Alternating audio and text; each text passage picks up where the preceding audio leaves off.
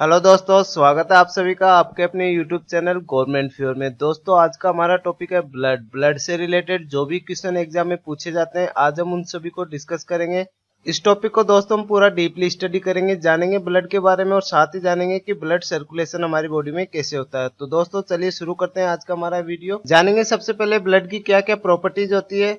तो दोस्तों ये एक संयोजी ऊतक है, यानी कि कनेक्टिंग टिश्यू है। मानव शरीर में दोस्तों इसकी मात्रा 5 से 6 लीटर होती है, जबकि इसका पीएच मान 7.4 होता है। दोस्तों ब्लड को दो भागों में बांटा गया है, एक तो द्रव अवस्था और एक ठोस अवस्था। द्रव भाग को दोस्तों प्लाज्मा कहा जाता है, जबकि ठोस भाग को रक्त कणिकाएं कहते हैं। रक्त का दोस्तों 55% भाग प्लाज्मा होता है, जबकि 45% भाग रक्त कणिकाएं होती है। और दोस्तों जो 55% भाग प्लाज्मा है उसका 90% भाग जल होता है, जबकि 10% इसमें अदर पार्टिकल्स होते हैं। अगर दोस्तों प्लाज्मा में से फाइब्रिनोजन प्रोटीन को निकाल दिया जाए तो बचा हुआ पदार्थ सीरम कहलाता है। बहुत ही इंपॉर्टेंट क्वेश्चन है दोस्तों। और ये दोस्तों फाइब्रिनोजन प्रोटीन है वो रक्त का थक्का जमाने में मदद करता है।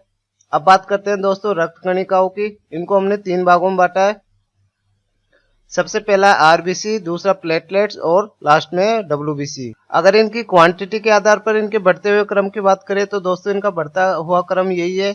आरबीसी रक्त कणिकाओं में 90% होता है, उसके बाद प्लेटलेट्स होती है और सबसे लास्ट में सबसे कम मात्रा में डब्ल्यूबीसी होती है। अब दोस्तों इन सभी को एक एक करके हम डिटेल में स्टडी करने वाले हैं। सबसे पहले बात करते हैं आरबीसी की, जिसको रेड ब्लड सेल बोलते हैं और लाल रक्त कणिकाएं भी बोला जाता है। इसमें दोस्तों जो इसका लाल रंग होता है वो इसमें उपस्थित हीमोग्लोबिन के कारण होता है। अब इसके स्ट्रक्चर की बात करते हैं तो इसका निर्माण अस्थि मज्जा में होता है, जिसको बोन मैरो बोलते हैं, और इसकी मृत्यु प्लीहा में होती है, जिसको स्प्लीन बोलते हैं। इसका जीवन काल दोस्तों 120 दिन का होता है और इसका कार्य दोस्तों ऑक्सीजन और कार्बन डाइऑक्साइड का संवहन करना होता है। और ये पॉइंट मैंने आपको पहले बता दिया कि इसमें जो लाल रंग होता है वो हीमोग्लोबिन के कारण होता है। आगे बात करते हैं दोस्तों आरबीसी की कमी से होने वाले रोगों की। आरबीसी से दोस्तों 2 प्रमुख रोग होते हैं। एक तो होता है दोस्तों एनीमिया और दूसरा होता है पीलिया। एनीमिया को दोस्तों अरक्तता भी बोलते हैं और पीलिया को जॉन्डिस भी बोला जाता है। ये दोनों रोग दोस्तों आरबीसी की कमी के कारण से होते हैं। अब बात करते हैं दोस्तों डब्ल्यूबीसी की, यानी कि व्हाइट ब्लड सेल, जिसको श्वेत रक्त कणिकाएं बोला जाता है। इसके स्ट्रक्चर की बात करें तो दोस्तों इसका निर्माण भी अस्थि मज्जा में होता है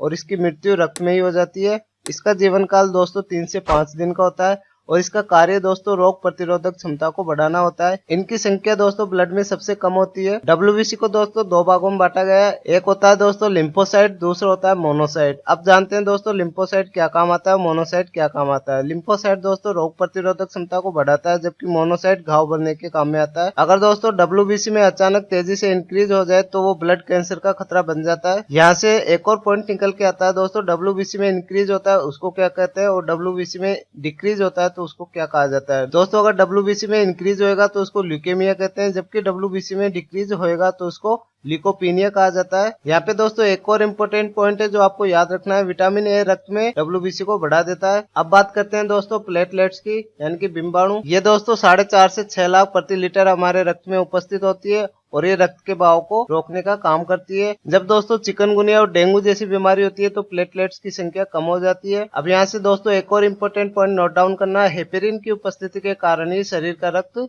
नहीं जमता है। अगर ये दोस्तों हेपेरिन हमारे रक्त में नहीं होगा तो रक्त जमने लग जाएगा और वो फ्लो नहीं कर पाएगा। ये क्वेश्चन दोस्तों बहुत से एग्जामों में पूछा गया है तो आप इसको नोट डाउन कर लेना। अब बात करते हैं दोस्तों ब्लड ग्रुप यानी कि रक्त समूह की। इसकी खोज दोस्तों कार्ल एंड स्टीनर ने 1901 में करी थी। ब्लड ग्रुप में दोस्तों एंटीजन और एंटीबॉडी पाए जाते हैं। एंटीजन को दोस्तों हम कैपिटल लेटर से दर्शाते हैं, जबकि एंटीबॉडी को हम स्मॉल लेटर से दर्शाते हैं। जो एंटीजन होते हैं दोस्तों उनसे हम उनका नामकरण करते हैं, जबकि एंटीबॉडी होती है उससे हम लेन देन करते हैं। अब दोस्तों इसको डिटेल में समझते हैं। हमारे ब्लड में 4 ग्रुप होते हैं, A blood group, B blood group, A B और ओ ब्लड ग्रुप। तो दोस्तों एंटीजन की बात करें तो इनमें सेम एंटीजन होगा और उसको कैपिटल लेटर से ही दर्शाया जाएगा। For example A blood group में ए एंटीजन पाया जाता है, जबकि बी ब्लड ग्रुप में बी एंटीजन पाया जाता है और ए बी में ए बी एंटीजन पाया जाता है। और बात करें दोस्तों ओ ब्लड ग्रुप की तो इसमें कोई एंटीजन उपस्थित नहीं होता है।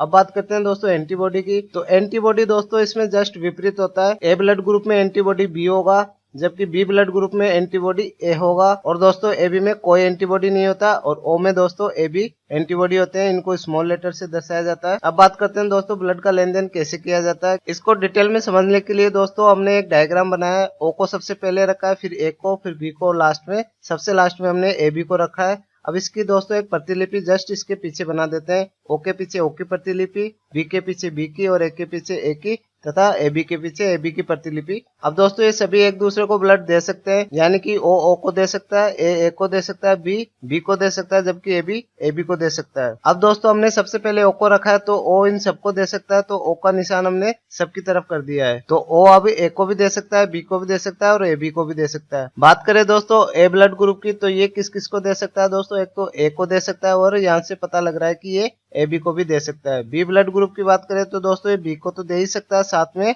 AB को भी दे सकता है। और AB ब्लड ग्रुप की बात करें तो दोस्तों केवल AB को दे सकता है और ले सबसे सकता है। तो दोस्तों सर्वदाता ब्लड ग्रुप वो O होता है और जबकि सर्वग्राही ब्लड ग्रुप AB होता है। अब आगे दोस्तों हम जानेंगे कि जब इनके पॉजिटिव और नेगेटिव आ जाते हैं तो उनका क्या इफेक्ट होता है, क्या O पॉजिटिव सबको दे सकता है या O नेगेटिव सबको दे सकता है। इसके बारे में हम आगे और भी डिटेल में बात करने वाले हैं। अब बात करते हैं दोस्तों RH कारक की। 1940 में लैंड स्टीनर और वीनस ने इसकी खोज करी थी, क्योंकि दोस्तों जब ब्लड का आदान प्रदान किया जा रहा था तो कुछ व्यक्तियों की मृत्यु हो रही थी। उसका कारण जानने के लिए इन्होंने एक रिसर्च किया।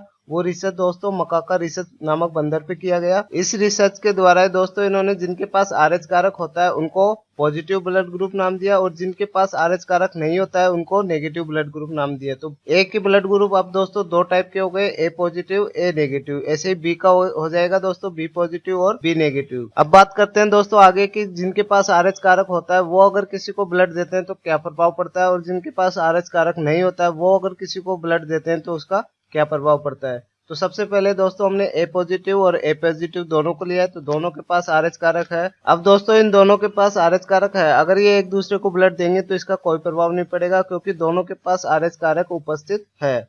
अब बात करते हैं दोस्तों नेक्स्ट की, अगर A पॉजिटिव वाला A नेगेटिव को देगा तो दोस्तों यहाँ पे A नेगेटिव के पास RH कारक नहीं है, जबकि A पॉजिटिव के पास RH कारक है। तो दोस्तों जब ये RH कारक A नेगेटिव के पास जाएगा तो इसकी WBC को लगेगा कि कोई उग्रवादी आ गए, तो इसका एंटीबॉडी का निर्माण होगा। जब दोस्तों इसका एंटीबॉडी बन जाएगा तो ब्लड का सर्कुलेशन नहीं होगा और दोस्तों रक्त के गुच्छे बनने लगेंगे, जिससे कि इंसान की मृत्यु हो सकती है। अब बात करते हैं दोस्तों अगर A नेगेटिव वाला A नेगेटिव को देगा तो उसके क्या प्रभाव पड़ेंगे। दोस्तों इन दोनों के पास ही RH कारक नहीं है, इससे इन पर कोई प्रभाव नहीं पड़ेगा। अगर ये दोनों एक दूसरे को ब्लड डोनेट भी करते हैं तो उसका कोई प्रभाव नहीं पड़ेगा। आगे बात करते हैं दोस्तों ब्लड ग्रुप की क्या संभावनाएं होती है। अगर किसी माता पिता का ब्लड ग्रुप A तथा AB है तो बच्चे में कौन सा ब्लड ग्रुप हो सकता है, इसकी हम डिटेल में स्टडी करने वाले हैं। दोस्तों इसकी डिटेल में स्टडी करने के लिए हमको सबसे पहले जानना होगा, अगर किसी इंसान का ब्लड ग्रुप A है तो उसमें IA और IO दोनों उपस्थित होंगे, जबकि अगर किसी इंसान का ब्लड ग्रुप B है तो उसमें IB और IO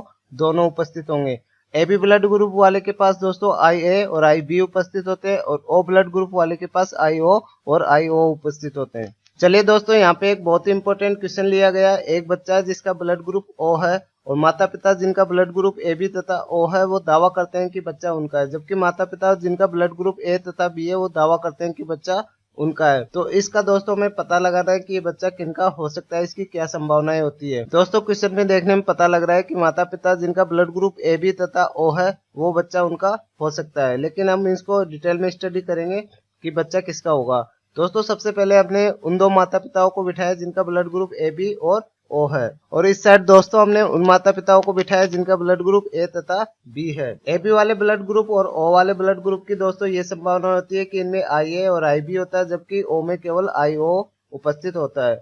जबकि A तथा B ब्लड ग्रुप वाले में IA और IO होता है और B ब्लड ग्रुप वाले में IB और IO होता है। इनको दोस्तों आपस में रिएक्ट कराने का एक तरीका है कि आप इधर से फर्स्ट वाला उठाइए और इधर से फर्स्ट वाले के साथ क्रिया कराइए, फिर इधर से फर्स्ट वाला उठाइए इधर से सेकंड वाले के साथ क्रिया कराइए।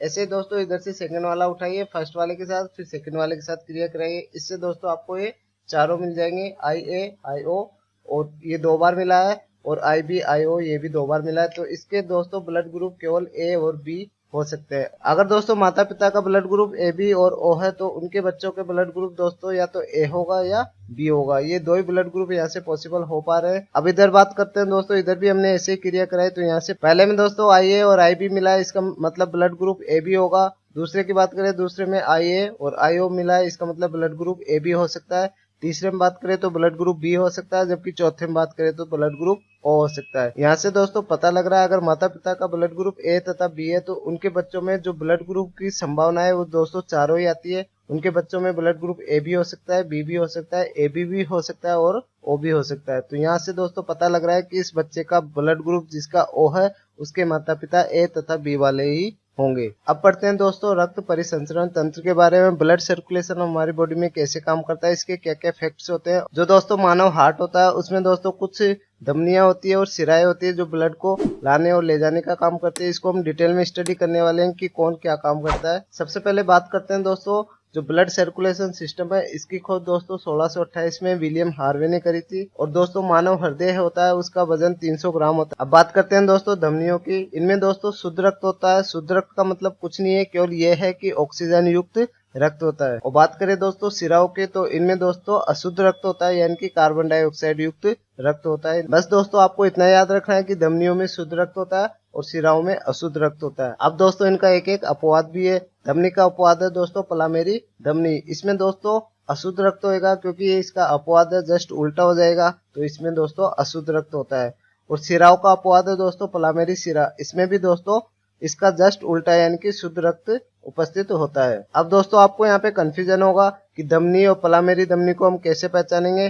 तो दोस्तों पलामेरी वर्ड जब भी आएगा वो लंग्स यानी कि फेफड़ों से हृदय को जोड़ेगा, तो उसको हम आसानी से आइडेंटिफाई कर पाएंगे कि यहाँ पे धमनी है या पलामेरी धमनी है। चलिए दोस्तों आगे बढ़ते हैं। इसको दोस्तों डिटेल में स्टडी करने के लिए हमने एक हार्ट बनाया है। इसको 4 भागों में डिवाइड किया है। इन 4 भागों को दोस्तों 4 चैम्बर बोलते हैं या इनको 4 कोष्ठ बोल सकते हैं। डायरेक्टली क्वेश्चन आता है कि मानव हृदय में कितने चैम्बर या कितने कोष्ठ उपस्थित होते हैं, तो उसका डायरेक्ट आंसर होगा 4। अब दोस्तों इसका जो इधर वाला पार्ट है उसको कहेंगे हम दायां भाग और इधर वाले पार्ट को हम कहेंगे बायां भाग। इधर दोस्तों राइट साइड में पूरा जो रक्त होता है वो अशुद्ध होता है, जबकि बाएं साइड में पूरा रक्त शुद्ध होता है। ऊपर वाले भाग को दोस्तों आलिंद कहते हैं, जबकि नीचे वाले भाग को क्या कहा जाता है, नीले कहा जाता है। तो अब दोस्तों ये हो गया दायां आलिंद, जबकि ये हो गया बायां आलिंद, और नीचे वाला हो जाएगा दोस्तों दाया नीले और इधर वाला हो जाएगा बाया नीले। यहाँ पे दोस्तों एक 3 नलिकाएं होती है जो दाया आलिंद से दाया नीले के बीच रक्त का आदान प्रदान करती है। इनको दोस्तों बोला जाता है त्रिवलनीय कपाट। ये डायरेक्टली क्वेश्चन पूछा जाता है कि त्रिवलनीय कपाट कहाँ उपस्थित होता है, तो उसका आंसर होगा दोस्तों दाया आलिंद और दाया नीले के बीच में। बाएं साइड बात करें तो दोस्तों 2 नलिकाएं होती है, उनको द्विवलनीय कपाट बोला जाता है। ये दोस्तों बाया आलिंद और बाएं नीले के बीच में उपस्थित होती है, ये आपको ध्यान रखना है। आगे बात करें दोस्तों जो दाएं साइड रक्त आएगा वो शरीर से आएगा और ये दोस्तों अशुद्ध होता है, इसका हमने बात। अब ये दोस्तों फेफड़ों से कनेक्ट नहीं है, तो इसको हम नाम दे सकते हैं सिराएं, यानी कि जो हमारे शरीर के दाएं भाग में जो रक्त लाती है उनको हम क्या कहते हैं,